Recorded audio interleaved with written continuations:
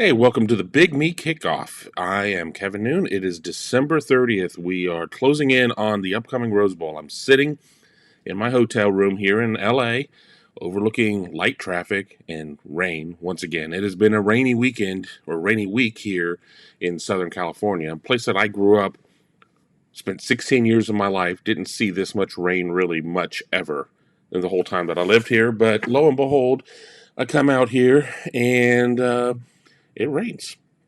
But, it is what it is. It's not about what I get to see out here. This is about the Rose Bowl. This is about Ohio State and Utah. And I want to thank you for joining me here on the show. What are your thoughts about this game as we are inside, in about 48 hours or so now on this game? We've seen a lot of games. We've seen some good, some bad.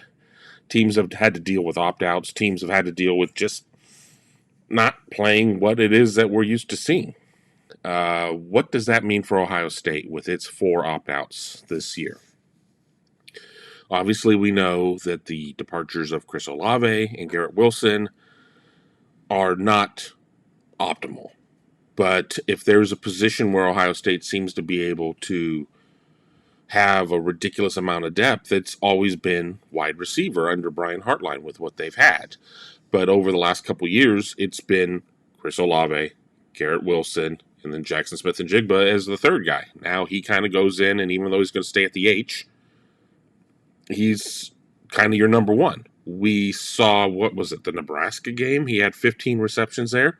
Are we going to have to see a situation where that's going to be the case when there's not an Olave and not a Wilson to throw to? What does this mean for Marvin Harrison Jr.? What does this mean for Julian Fleming, Emeka Egbuka, Jaden Ballard? How much repertoire is there going to be between C.J. Stroud and some of these receivers that he hasn't had the opportunity to throw too much in game situations? Practice is one thing. That's great. I'm sure he's thrown to all of those guys plenty in practice. But when the rush starts, when he's having to probably run for his own health and safety a couple times, as Utah is a team that likes to blitz, where's he going to look? Is he going to always be able to find Jackson Smith-Njigba or Jeremy Ruckert at tight end, or maybe Trevion Henderson as a pass catcher? Where is that level of familiarity, comfortability, if you will? Where will that be? Because I think that's going to go a long way in determining how successful this offense is going to be in terms of being multifaceted, both throwing the ball and running the ball. But, that moves me into my second point that I wanted to make here, and that's Ohio State running the ball. With the opt-out of Nick Petit-Frere, we now see Thayer Munford moving to left tackle and Matt Jones moving to left guard. Ohio State is not necessarily out there with its 4-tackle configuration. It's a little bit more of a standard formation that they have. And does that open up a little bit more in terms of the run blocking? Utah has the number 11 defense in the nation. But this is not your father's Pac-12. This is not all offense, no defense in this league. Offense numbers were really down in the Pac-12. I think 3 teams ranked in the top 50 nationally in total offense. And again, don't get caught up in total yardage as an indicator of what's going to happen. The only yard that really matters is going from the 1 to the goal line, because the game is measured in points, not in yards. But for everybody that's kind of wringing their hands and gnashing their teeth about what is Ohio State going to be able to do against this Utah team, I think even the most ardent Utah supporters would say that Utah's not faced an offense like Ohio State's. Who are the most powerful offenses in the conference, in the Pac-12? Obviously, Oregon has done some things this year, and Utah whipped them. I mean, just whipped them in both games, 38-7, 38-10 in that neighborhood. But Outside of that, USC, UCLA, you don't necessarily have the same power that you did at Washington State. I mean, obviously, Washington State had its own level of drama this year in terms of its head coaching change midseason. Washington State has always been a very unbalanced team here in recent years. Throw, throw, throw, throw, throw. Can't run the ball at all. I mean, Washington has been down. I mean, Oregon State had its moments. Cal and Stanford are both pretty bad. Arizona's really bad. Arizona State, everybody wants to get on board with Arizona State, but Arizona State can't seem to find its own footing. So, as I look at that, and I want to point out another point too, it's one thing to sit there and see what a team does against a team that it plays in conference year in and year out, or at least every couple times every couple years because of unbalanced scheduling, divisional situations. You don't necessarily play everybody, but you're very familiar with these teams. Ohio State has had a month to prepare for Utah. Utah's had a month to prepare for Ohio State. Not necessarily a ton of crossover film. Of course, there was the Ohio State-Oregon game, so that does create a little, but that's week 2. That would be like Ohio State looking at Utah's game against BYU and saying, this is who Utah is, and we're just going to ride with this. And while Utah's had some personnel changes more so than Ohio State, with the insertion of Cameron Rising at quarterback, and with Charlie Brewer getting passed up, you still can't look at a team in week 2 and say, well, this is the product that we're going to see here in the bowl game, because it's so dramatically different. Trevion Henderson had not really cemented himself as Ohio State's running back at that point. We were still dealing with pre-shoulder C.J. Stroud in that game, and yes, it's very easy to go in and say, well, Kevin, we kind of saw the Oregon game again in the Michigan game. And yes, there were some of the same issues did arise. And Michigan, as much as it pains anybody who's watching this show to say, is in the college football playoff. So obviously that team did something right. Does that mean that suddenly any team that plays Ohio State is magically going to be able to take on Michigan-like form and powers? Utah does a lot of things that are similar to Michigan, but doesn't have the same personnel. There's never an apples-to-apples comparison between this team and that team. Every team's different. Every team has different motivations from week to week. Every team has different guys that feel good at this point and don't feel good at that point, and sometimes things just don't work out. Kenneth Walker from Michigan State had a fantastic year, and Ohio State was able to keep him shut down. Now, was Kenneth Walker a little dinged up in that game? Probably. Was Michigan State diminished with not having one of its receivers? Absolutely. And then the other receiver kind of got hurt along the way and got knocked out, and Ohio State dropped an A-bomb on him and beat him 56-7. But, what happened in that week doesn't necessarily is not a predictor of what would happen this next week or the previous week. So we want to find examples. We want to find these stats that just carry from week to week and are a pure predictor of success or lack thereof, because it happened here in its own little vacuum. But that means it's going to happen everywhere else, and it just isn't the case. I mean, when bowl season started this year, we were seeing a lot of underdogs winning. Ohio State opened as about a touchdown favorite in this game. The line has moved down a little bit with the opt-outs. I guess it's 4.5. I haven't looked here recently. So far from a pick'em, but far from any sort of indication that that Vegas thinks that Ohio State is going to win this game going away. Now, when I was watching tape and thinking about it pre-opt-outs, we knew some of these were going to happen. We knew Garrett Wilson was going to opt out. We were pretty darn sure about MPF. We were pretty darn sure about Haskell Garrett. Chris Olave is the guy on the fence, and Lord knows we've seen him at practice every day that we've been able to go to practice. But, I think it's just, I think it's a little more show and a little less substance there. If Ohio State were coming in with its entire roster, and I'm not talking about Ohio State being at 63 scholarship players right now based on transfer, opt out, portal, health, everything else. But if Ohio State had the four guys, I'd like Ohio State to win this game by 2 touchdowns. I really would. I was walking around in that 38-24 headspace. But obviously that isn't the case. Ohio State's down those four players. You look at Utah. Utah's never been to the Rose Bowl. Ever.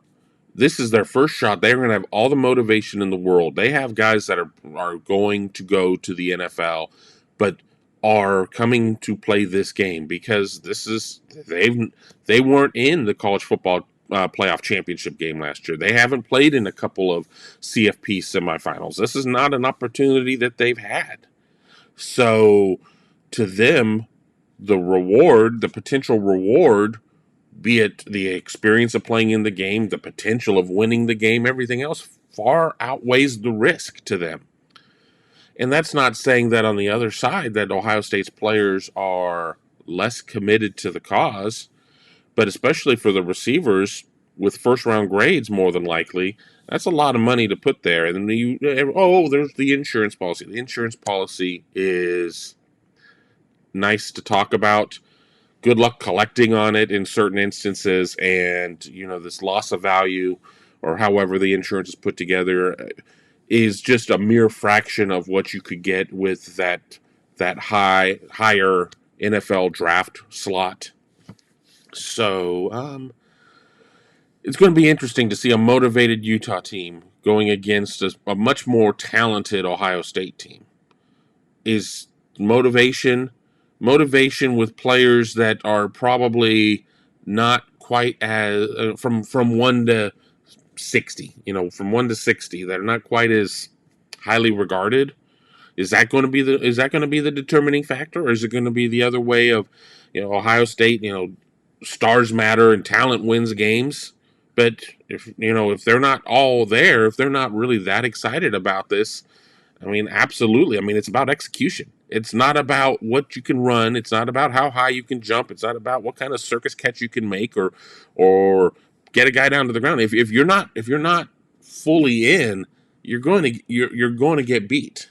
But on the other side of it, Ohio State, if it comes out there and plays relatively motivated, is a significantly better team than anybody that Utah has faced this year. So, I've kind of gone back and forth. And earlier this morning, Pacific time, so afternoon, Eastern time, sat down, finally wrote my prediction. Went round and round about this. For the sake of full disclosure, I have not gotten to the point at any point where I was going to pick Utah. It was a matter of, do I see this as a 10-point game? Do I see this as a 2-point game? What do I see? And I want to say with that, it isn't a case of where I'm like, well, Utah can't win the game. I just tend to think that all of this talk of Ohio State's demise is grossly premature and grossly misplaced. So I'm not necessarily buying any of that. I do believe that Ohio State could come out flat. Absolutely. But from the people that I've been talking to, I don't think that's going to be the case. Now, if Ohio State doesn't execute, that's going to be a problem too. If Utah doesn't execute, that's going to be a problem for Utah. So sometimes I think it has to come down to familiarity of the situation. And that's not a matter of that Utah is unfamiliar with the Rose Bowl building. Utah has to play UCLA at whatever point, so they know that building. Kyle Whittingham has been around a long time. None of this is going to be that new to him in terms of surroundings. But they've not played in a game of this magnitude. And to me, that means something. And we like to talk so much about, how do you separate the emotions from the game itself? Ohio State's been in these games. Ohio State has won these games. Maybe not necessarily everybody on the roster has. When you look at Ohio State and, yeah, two of the biggest games of the season, they got the L with Oregon and Michigan. But so many of these players, certainly these leaders, were there for the game against Clemson last year, which had all of the emotion in the world. We talk about how do you settle the emotions. Utah can be as excited as it wants to be about playing in the Rose Bowl. Ohio State had all of the emotions in the world playing Clemson last season after the previous season, that difficult loss. A game where, there were some beliefs that Ohio State kind of got an unfair shake. Ohio State didn't allow the moment to overwhelm itself and was able to come out and win a game quite convincingly against Clemson under a backdrop of a lot of issues going on, and Justin Fields ends up getting his inside scrambled by James Skalski's helmet, and they're still able to fight through and win that game. Then we know what happened in the championship game. But once again, I think they were probably playing with house money at that point. And you never want to sit there and say, well, we're just glad to be here. That's all there is. I mean, you look at Ohio State and the players that didn't have for that game due to protocols, et cetera, et cetera, et cetera, stick to sports. And it was a bad situation for them. But does Utah, a team that doesn't, where kind of the ceiling has been getting to a Pac-12 championship game, and it's a ceiling that Utah hadn't been able to break through before. I mean, yes, Utah's played in some bowl games before, but it hasn't played in a New Year's Six bowl game like this against a blue blood like Ohio State. So I think that that's going to be the biggest question that I have when it comes to Utah is, how does it respond in that type of situation? If Ohio State goes down and marches down the field and scores on its first drive and then bottles up Tavion Thomas trying to run the ball on the Utah first offensive drive, and then Ohio State is marching again, what does that mean? Utah has come back from deficits this year. But again, it's not been in games like the Rose Bowl. Utah came back and forced triple overtime against San Diego State. And even though Utah did not pick up the dub, I mean, that was impressive. There have been other games this year where Utah has had to come back. So it's a team that has proven that it's not over when it gets down a couple of scores. But again, that San Diego State loss, I mean, made Utah 1-2 at that point. Nobody really thought this was going to be a special season at that moment in time for Utah. I think Arizona. I think there was or Arizona State. I think there was a comeback involved in that game. I don't have my notes in front of me.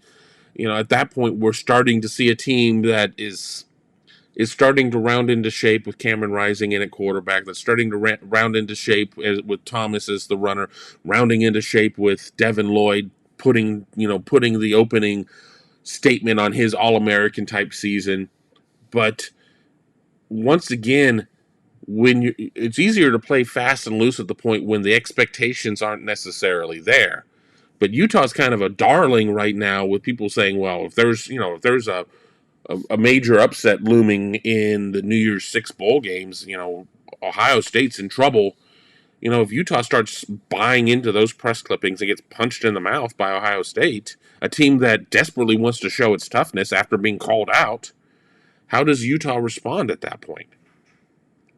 Again, on the same note, how does Ohio State respond after legitimately getting pushed around by Michigan?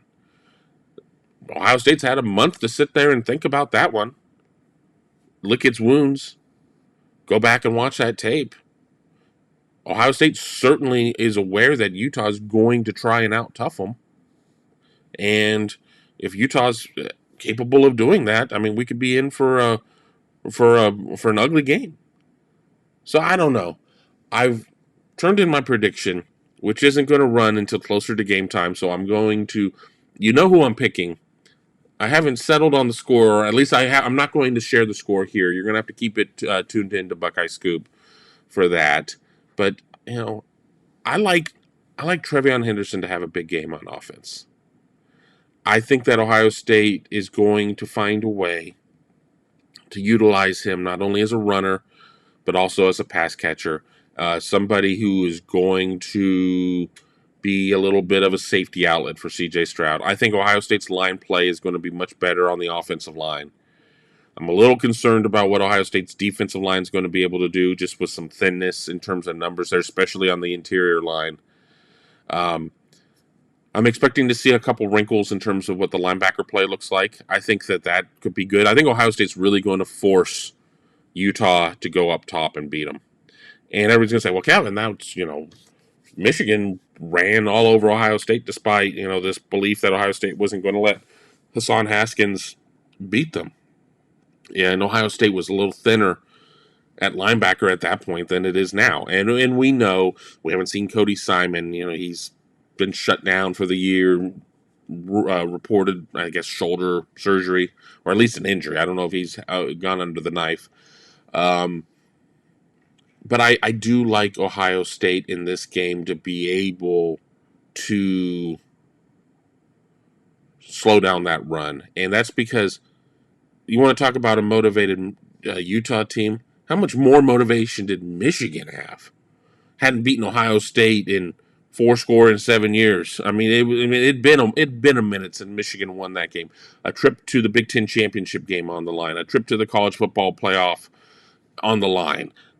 Michigan was a motivated team. Michigan was able to do something with that motivation. I think Utah is going to have some success with that motivation, but at the end of the day, I like Ohio State to be able to win in a game that'll be on the close side. So I will leave it at that.